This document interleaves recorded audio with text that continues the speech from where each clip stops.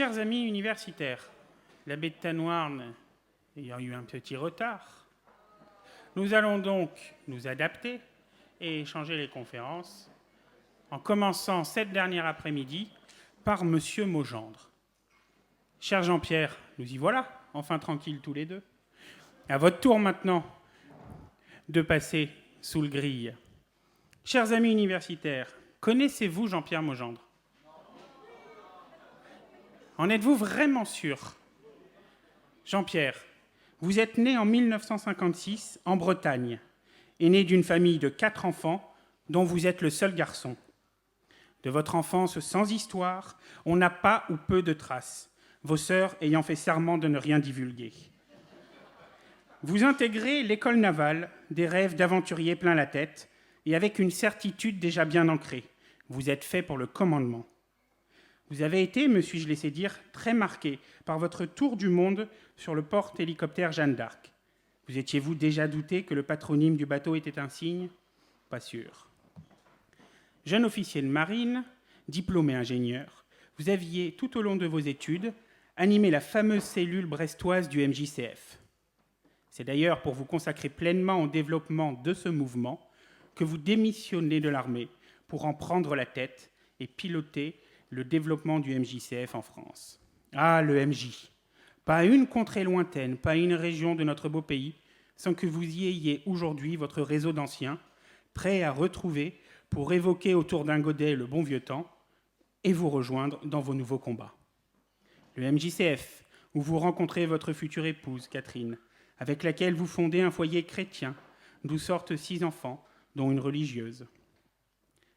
Après votre mariage, vous vous installez à Lille, où vous prenez un job de responsable commercial, la défense de la cause n'étant finalement pas suffisamment lucrative pour nourrir une famille.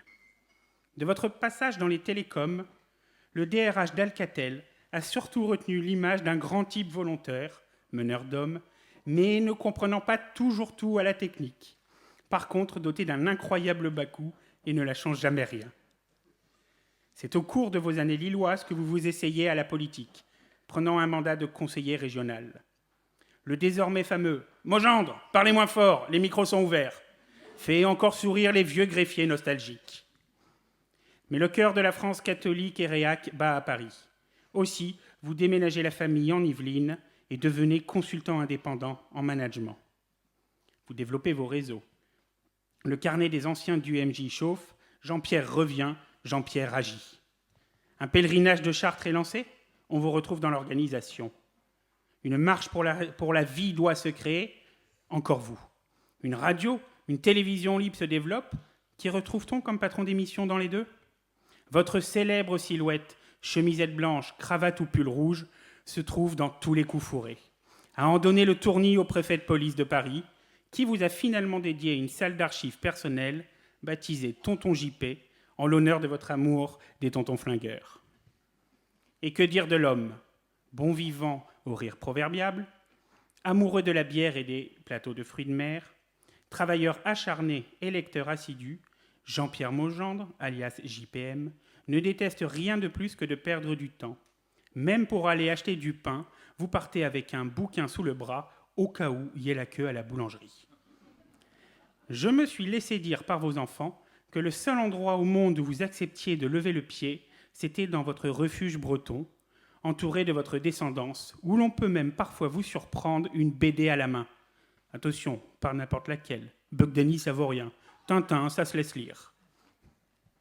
Mon cher Jean-Pierre, vous me pardonnerez, je l'espère, cette présentation un peu longue, mettant votre humilité et votre patience à rude épreuve. Il est temps maintenant de vous laisser nous expliquer les liens entre l'Église moderne et l'écologie.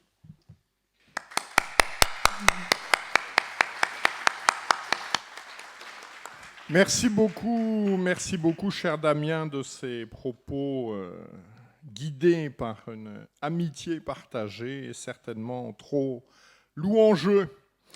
Je vous avais donné ce matin une intention de prière. Je vous donne maintenant, au début d'après-midi, un motif d'action de grâce, puisque nous avons reçu un message très chaleureux de notre ami Jacques Oswald, Donc Jacques Oswald a participé à la première université d'été en 1992.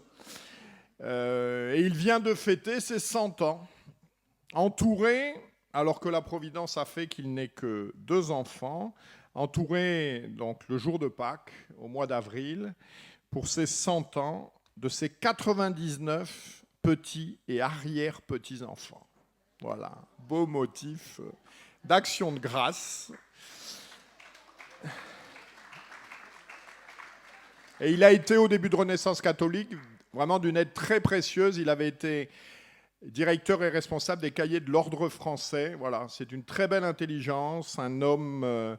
alors je lisais ça à propos de Jean d'Ormesson, et puis je l'ai vécu aussi lors d'une rencontre que nous avions quand on cherchait un lieu de mariage pour nos enfants. Nous avons été reçus par un homme d'une exquise courtoisie, et puis je lisais cette remarque d'un journaliste à propos de Jean d'Ormesson, d'une urbanité extrême, et une journaliste faisait remarquer, mais vous savez, ça fait 300 ans qu'ils s'entraînent. Il faut des siècles, il faut des générations pour faire des hommes de la qualité d'un Jacques Oswald. Alors, mon sujet est donc l'Église du XXIe siècle sera-t-elle verte ? Il aurait été surprenant qu'en conclusion de cette université catholique, on ne traite pas de la question de l'Église et de l'écologie. On serait dit, on s'est passé à côté du sujet. Il manque quelque chose d'important. Alors, que peut-on noter ? Tout d'abord, sans surprise, ça a été évoqué par Guilhem Golphin ce matin, la question de l'écologie est traitée à partir de la seconde moitié du XIXe siècle, et donc l'Église s'y intéresse de manière tout à fait récente. Le document de référence sur le sujet, jusqu'à une période récente, était un document copieux, en 500 pages, qui s'appelle le Compendium de la doctrine sociale de l'Église. À ma grande surprise, quand je suis allé regarder l'index, il n'était pas question d'écologie. Il était question, en revanche, d'écosystèmes. Et ces écosystèmes sont traités dans le chapitre 10 de ce compendium de la doctrine sociale de l'Église, paru en 2005, sous le titre « Sauvegarder l'environnement ». Voilà, donc il y a là 20 pages qui sont consacrées à la question de l'écologie. Sans surprise également, 100% des références de ces 20 pages sont constituées d'enseignements, d'une part, des papes Paul VI et Jean-Paul II, et d'autre part, de la Constitution conciliaire Gaudium et Spes. Cependant, et c'est le document de référence dont vous vous attendiez à ce que l'on parle, bien évidemment. Le document de référence sur l'écologie, c'est l'encyclique du pape François, Laudato Si, du 24 mai 2015. Je vous propose une démarche en 3 temps. Une première partie, quels sont les faits, c'est-à-dire quelles sont les choses qui ne sont pas discutables, parce qu'elles sont objectives. Ensuite, quel est le contenu de cette encyclique elle-même ? Et ensuite, quels éléments de réflexion est-ce que cela peut nous évoquer ? Premier point, premier fait incontestable, cette encyclique Laudato Si est la première encyclique du pape François. C'est donc, il le dit lui-même, une encyclique programmatique. Il bâtit le programme dans cette encyclique de son pontificat. Je vous rappelle pour mémoire que la première encyclique de Saint Pie X, son programme pontifical, contenait cette formule devenue célèbre « Omnia instaurare in Christo », tout restauré dans le Christ. Voilà, et c'est un texte, une citation que l'on ne trouve pas dans ce programme.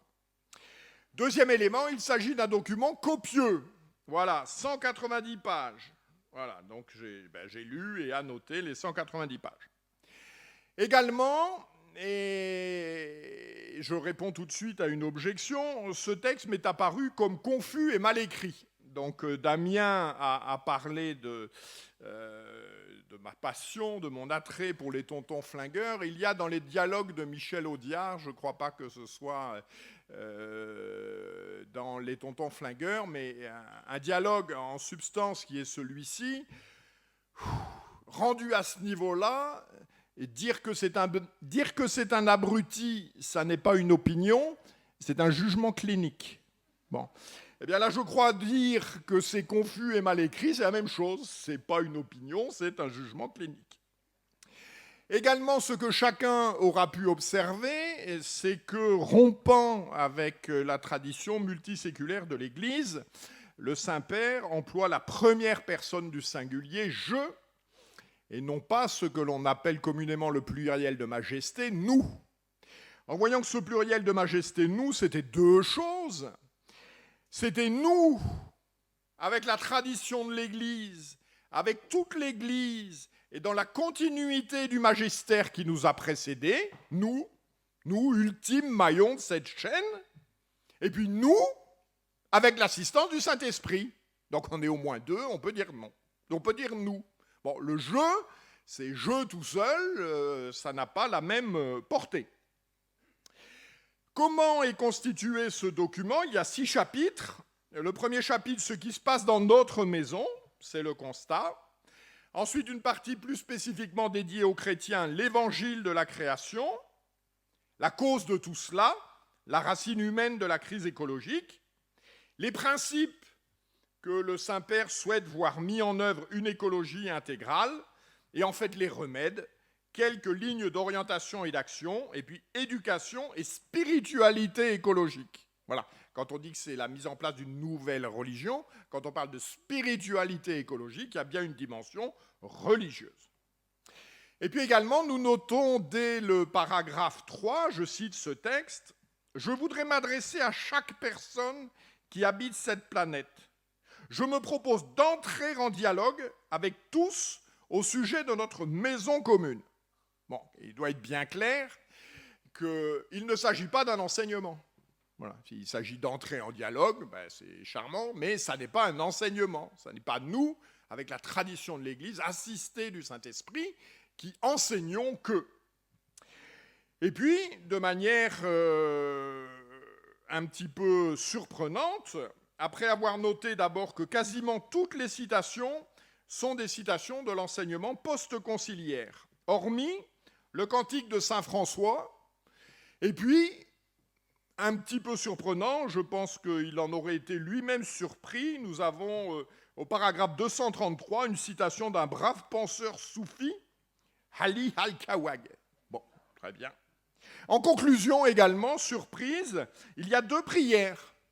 Il y a une prière pour ceux qui croient au Dieu créateur, et puis il y a une prière pour les chrétiens. Voilà, là aussi, une nouveauté incontestable dans le cadre de l'enseignement pontifical. Et puis, enfin, là aussi, c'est un fait, le texte a tellement plu à Libération que la couverture de Libération, le lendemain de la publication de cette encyclique, c'était le pape revêtu d'une calotte et d'un camail vert. Voilà, c'était comme ça, Libération se réjouissant de ce texte. Alors, qu'y a-t-il? Un texte à prétention, à vocation scientifique, politique et sociale. Une de ses premières caractéristiques, d'abord, c'est le ton catastrophiste. Paragraphe 27, les limites maximales d'exploitation de la planète ont été dépassées. Voilà, je pense qu'on a suffisamment évoqué le sujet avec différents intervenants lors de cette université d'été pour montrer qu'il s'agit d'une opinion qui reste à démontrer. Paragraphe 161. Les prévisions catastrophistes ne peuvent plus être considérées avec mépris ni ironie. Voilà, donc on est dans un climat apocalyptique de la catastrophe qui nous menace. Alors pourquoi la catastrophe nous menace-t-elle? Alors les raisons sont données. Au paragraphe 6, c'est le gaspillage des ressources de la création. Au paragraphe 14, la confiance aveugle dans les solutions techniques. Au paragraphe 20 et 21, la pollution. Au paragraphe 23, il aurait été surprenant que ce sujet ne soit pas évoqué, le dérèglement du climat, je cite, et en particulier l'utilisation intensive de combustibles fossiles. Et puis également, comme cause et comme raison de cette situation catastrophique, des préoccupations financières à court terme, ce que nous trouvons au paragraphe 109, les finances étouffent l'économie réelle. Et puis enfin, et le pape le déplore au paragraphe 54, c'est l'échec des sommets sur l'environnement. Voilà, donc on le voit bien, on se trouve sur quelque chose, je dirais, d'extrêmement, nous le redirons, très dans l'air du temps. Voilà, ce que vous lisez dans Laudato Si, ben c'est ce que vous lisez dans Libération, dans le Figaro, etc. Alors, si nous cherchons un petit peu à analyser cela plus profondément, il y a quand même un certain nombre de curiosités théologiques. Nous allons dire ça très pudiquement, avec beaucoup de nuances. Tout d'abord, nous lisons au paragraphe 8, parlant de cette situation, « Un crime contre la nature est un crime contre nous-mêmes et un péché contre Dieu. » Voilà. Un crime contre la nature est un péché contre Dieu. Voilà. Si vous n'éteignez pas les lumières en sortant d'une pièce, c'est un péché contre Dieu. Bon, la démonstration, je pense, reste à faire. Accepter également, paragraphe 9, alors là on est vraiment, ça a été évoqué par plusieurs intervenants, dans une forme de panthéisme, accepter le monde comme sacrement de communion. Accepter le monde comme sacrement de communion. Alors, je ne sais pas très bien ce que ça veut dire. Si vous savez, votre valeur ajoutée sera tout à fait appréciée. Enfin, c'est extrêmement surprenant comme expression. Également, définition au paragraphe 10 de ce que le pape appelle l'écologie intégrale, sont inséparables la préoccupation pour la nature, la justice envers les pauvres, l'engagement pour la société et la paix intérieure. Voilà. Alors ça, c'est une idée qui est très forte, c'est de dire que les problèmes écologiques ne sont pas des problèmes d'ordre scientifique qui peuvent être résolus par de nouvelles découvertes, par une meilleure productivité des moteurs, une meilleure utilisation des ressources fossiles, etc., mais que ce sont des problèmes sociaux, et en particulier avec un thème extrêmement récurrent, des problèmes sociaux dont l'idée permanente, elle est plus que sous-jacente, elle est clairement exprimée, est en permanence l'exploitation des pays du Sud par les pays du Nord. Ensuite, d'un point de vue plus théologique, ça aussi c'est une approche intéressante au paragraphe 15, je proposerai quelques lignes de maturation humaine inspirées par le trésor de l'expérience spirituelle chrétienne. Voilà. Et là, on est dans la droite filiation d'une expression que Paul VI avait employée dans Populorum Progressio. L'Église n'est plus ego sum via et verita, je suis la voie, la vérité et la vie, elle n'est plus le Christ répandu et communiqué, pour reprendre l'expression de Bossuet, qui donc sait la vérité sur l'homme et nous la transmet. Elle est, pour reprendre l'expression de Paul VI, une experte en humanité.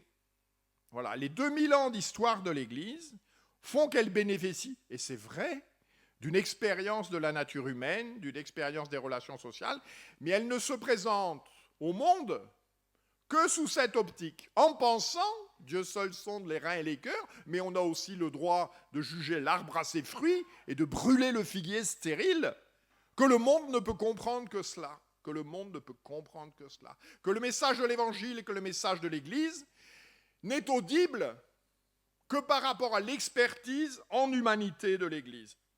Après, très surprenant d'un point de vue philosophique, paragraphe 18, le changement est quelque chose de désirable.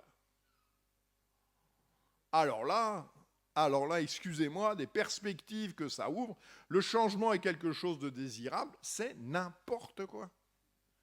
Vous êtes en bonne santé, voilà. Eh bien, le changement, c'est quand vous aurez attrapé une maladie, mais en aucun cas, ça n'est désirable. Voilà. Le changement est quelque chose de désirable. On est dans le mythe du progrès. On est dans le mythe du progrès. Voilà. On est en contradiction complète, absolue, totale, avec la phrase de Saint-Pédis que vous connaissez. Les vrais amis du peuple sont les partisans de la tradition. Voilà. On a vraiment deux perspectives antagonistes. Il y a ceux qui considèrent qu'ils sont un maillon d'une chaîne qu'ils ont reçu et qu'ils doivent transmettre. Et puis il y a ceux qui considèrent que l'avenir et que le positif est demain. Le changement est quelque chose de désirable. Voilà, ce qu'il y a de bien, ce qu'il y a de positif, c'est demain. Alors, également, au paragraphe 30, il y avait eu un texte de Jean-Paul II extrêmement long, Jean-Paul II ou Paul VI sur le discours à l'ONU, sur les droits de l'homme. Alors, il y en avait une liste, il y en a 15 lignes, ça a déjà été cité dans le cadre de cette université d'été. Et il y en a un qui vient d'être ajouté, nouveau droit de l'homme, l'accès à l'eau potable. Bon, je n'ai rien contre le fait que tout le monde ait accès à l'eau potable, mais on conçoit bien que ce n'est pas un droit de l'homme qui est obligatoirement orienté vers le salut des âmes. Paragraphe 63, là aussi, mon Dieu. Aucune forme de sagesse ne peut être laissée de côté, la sagesse religieuse non plus. Voilà. C'est-à-dire que le Saint-Père se positionne vis-à-vis des autorités politiques en disant tout le monde a contribué, et puis dans cet univers déchristianisé, laïcisé, qu'est la société du début du XXIe siècle, vous n'avez pas le droit moralement de refuser ce que peuvent apporter les religions. Avec toujours cette idée aussi, c'est que toutes les religions ont quelque chose à apporter. Alors, il y a des paragraphes, on le verra, dans lesquels le Saint-Père remet en cause toute forme de syncrétisme, etc. Bon, il le remet en cause dans les paroles, en le formulant de cette manière, mais n'empêche que tout l'ensemble du texte véhicule le contraire. Nous avons donc là un discours tout à fait dans l'air du temps. Au paragraphe 68, le pape dénonce ce qu'il appelle un anthropocentrisme despotique. Voilà, c'est-à-dire le fait de croire que la nature est au service de l'homme. Voilà, c'est un anthropocentrisme despotique. Sans surprise, ça a été évoqué ce matin, on a une vision tout à fait théillardienne du rôle du Christ dans l'histoire des religions, dans l'histoire du salut. Je cite, paragraphe 53, « L'aboutissement de la marche de l'univers se trouve dans la plénitude de Dieu qui a été atteinte par le Christ ressuscité, axe de maturation universelle. » Là, on est en plein théillardisme. On est en plein sur le point oméga. Voilà, l'accomplissement de toutes les religions, c'est le Christ ressuscité. Et toutes les religions, d'une manière ou d'une autre, elles nous y mènent. Et nous avons, nous, comme chrétiens, la grâce d'avoir déjà atteint ce point oméga vers lequel cheminent les autres religions. Mais ça n'est pas vrai, ça. Ça n'est pas vrai. Tout l'Ancien Testament, en particulier toute la Bible, rappelle que les faux dieux sont des démons, et qu'ils ne nous mènent pas à Dieu. Paragraphe 88. Nous connaissions jusqu'ici les vertus théologales et cardinales, la foi, l'espérance, la charité, la force, la prudence, la justice, la tempérance. Apparaissent maintenant les vertus écologiques, dont je ne me rappelle plus le nom. Paragraphe 127, là aussi on est tout à fait dans l'optique de la déclaration conciliaire Gaudium et Spes. L'homme est l'auteur, le centre et le but de toute la vie économico-sociale. Mais ça n'est pas vrai. C'est une humanité que l'on organise sans Dieu, avec toujours, je crois, cette philosophie sous-jacente que le christianisme il nous apporte un plus, mais qu'il n'est pas au cœur de l'histoire du salut, et que l'on peut faire son salut humainement sans cela. Paragraphe 144, je cite, « La vision consumériste de l'être humain tend à homogénéiser les cultures et à affaiblir l'immense variété culturelle qui est un trésor de l'humanité. » Alors il y a, par rapport à ça, deux lectures et deux séries de textes un petit peu contradictoires. Il y a d'abord en particulier chez Jean-Paul II des déclarations tout à fait intéressantes dans lesquelles le pape parle non pas tant de culture que de nation, dans lequel il exalte en particulier il pense à la Pologne bien évidemment, il exalte chaque nation à rester fidèle à son identité. Voilà, là on est là dans une approche qui est une approche traditionnelle. En revanche, ce qu'il y a de nouveau, c'est que la défense absolue, je le cite, de l'immense variété culturelle peut cacher des choses étranges. L'immense variété culturelle, prenons-en 3 ou 4 exemples, ça peut être les sacrifices humains sur les pyramides de Teotihuacan dans la civilisation aztèque, voilà.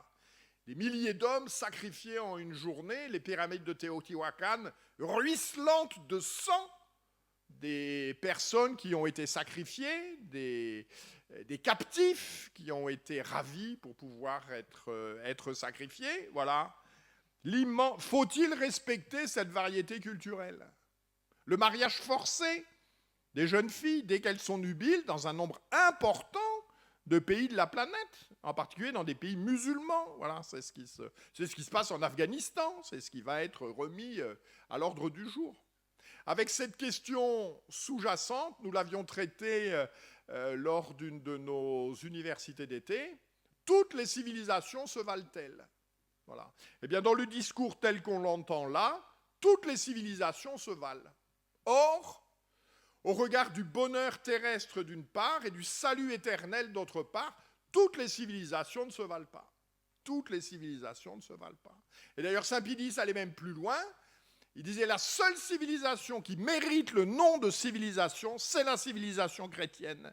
Parce qu'elle est seule à prendre en compte la totalité de l'homme, parce qu'elle est la seule à connaître la vérité sur l'homme. Et toute civilisation repose, c'est un peu pompeux, mais c'est la réalité, sur une anthropologie, sur une conception de l'homme.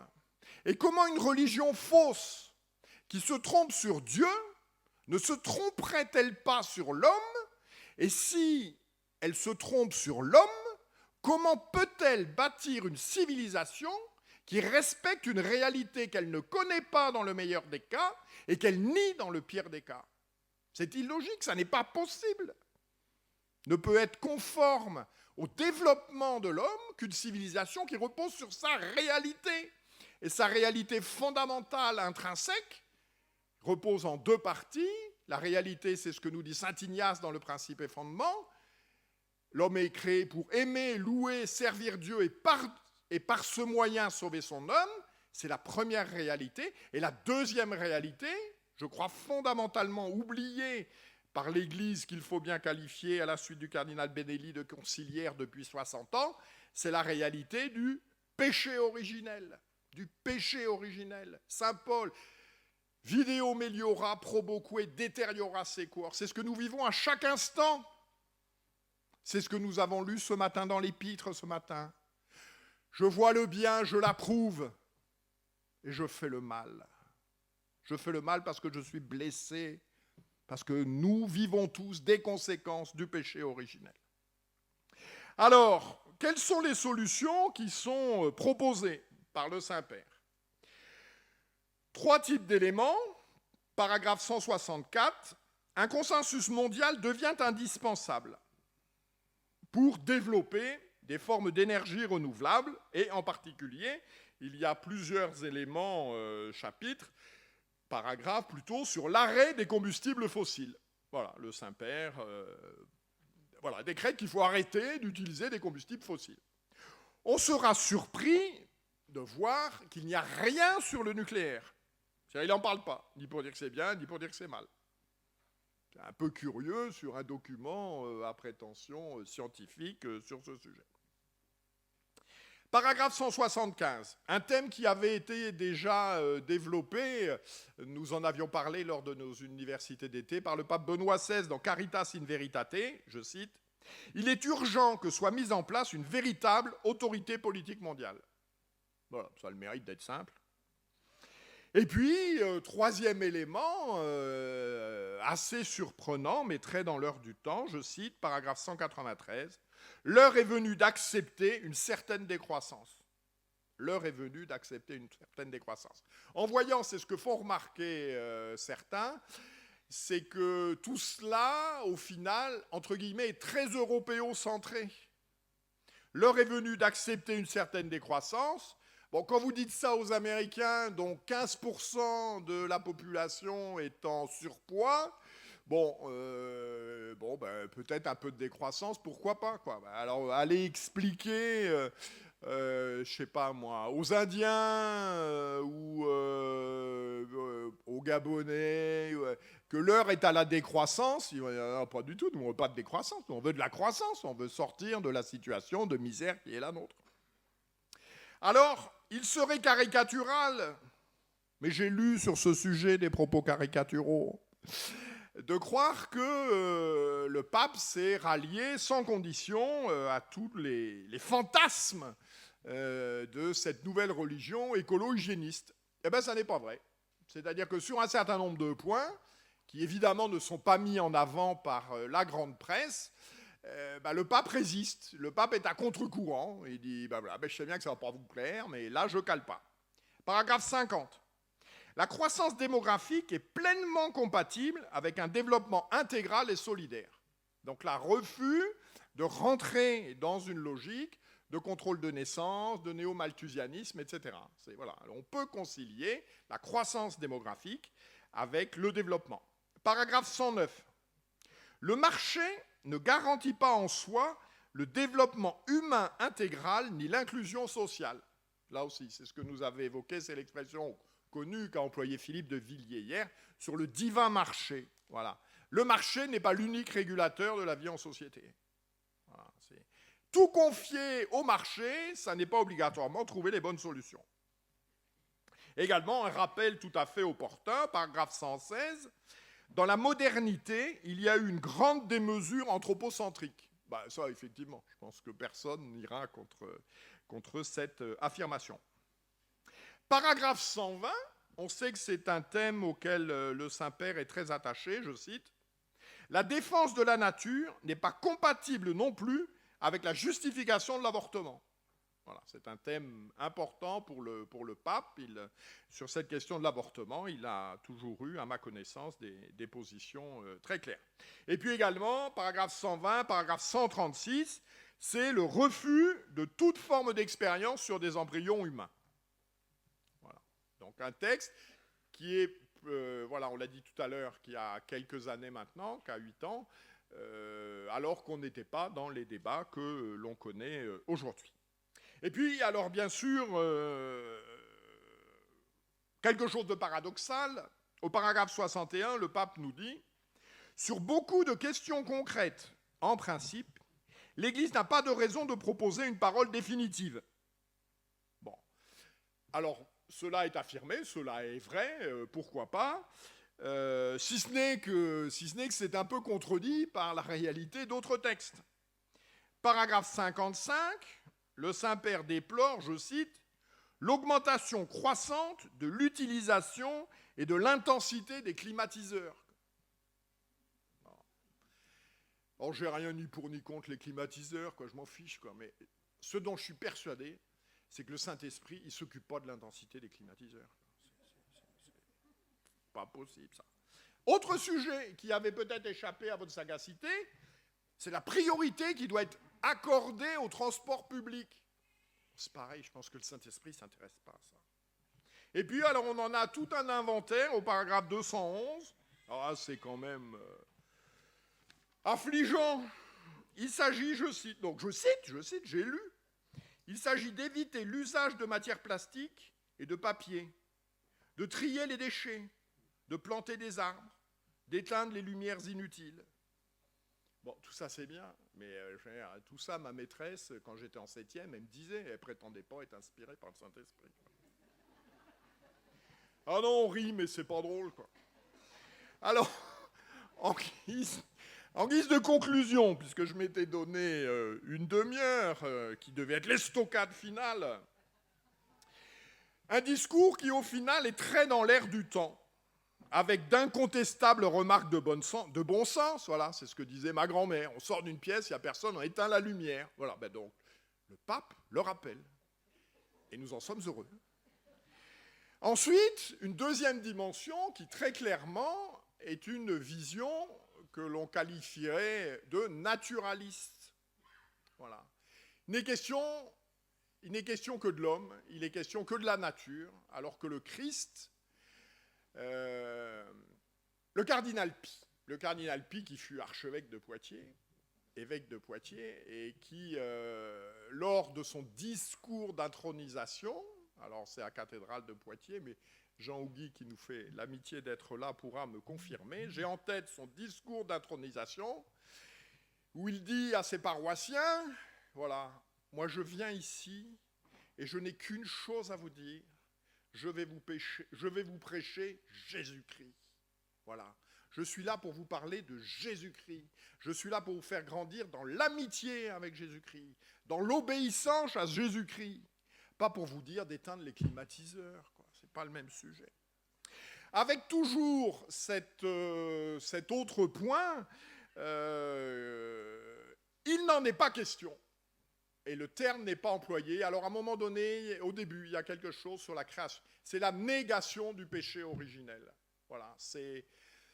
Pour moi, c'est vraiment le trait marquant de l'enseignement de ces 50 ou 60 dernières années. C'est la négation du péché originel, quoi. C'est tout l'enseignement, une bonne partie, je crois, de ce qui sous-tend l'enseignement du Concile, c'est ça, c'est de dire l'homme est fait pour la vérité.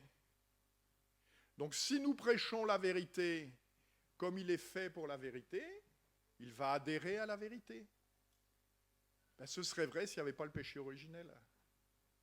Voilà. Mais malheureusement, ce n'est pas toujours le cas. Donc nous sommes également, on ne peut pas ne pas l'observer, dans un relativisme religieux.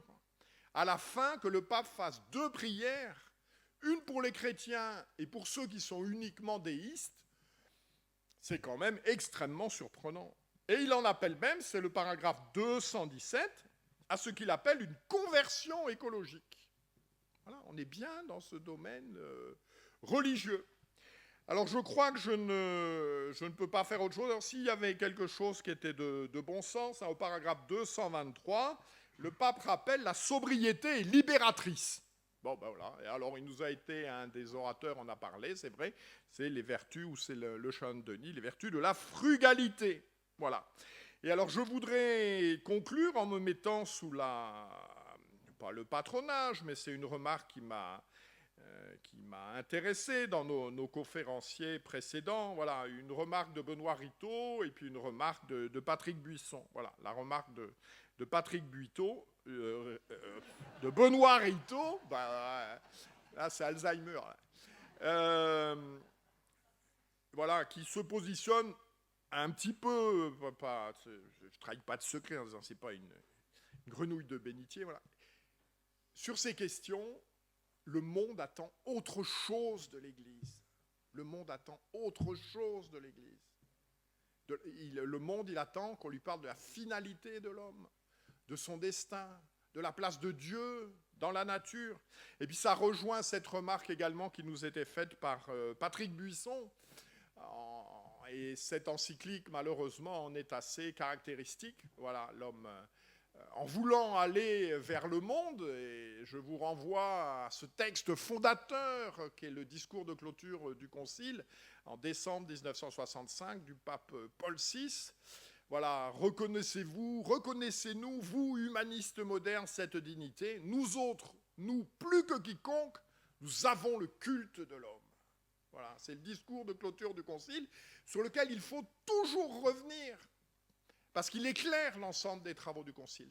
Et malheureusement, eh bien, l'encyclique sur laquelle je vous ai donné quelques lueurs, quelques clartés, je l'espère, eh bien, elle se positionne dans cette finalité, dans cette optique.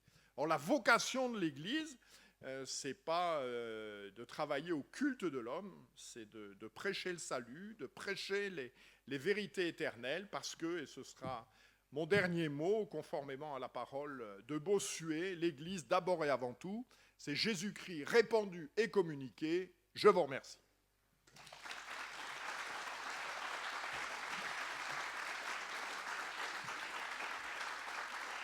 Je ne connais rien.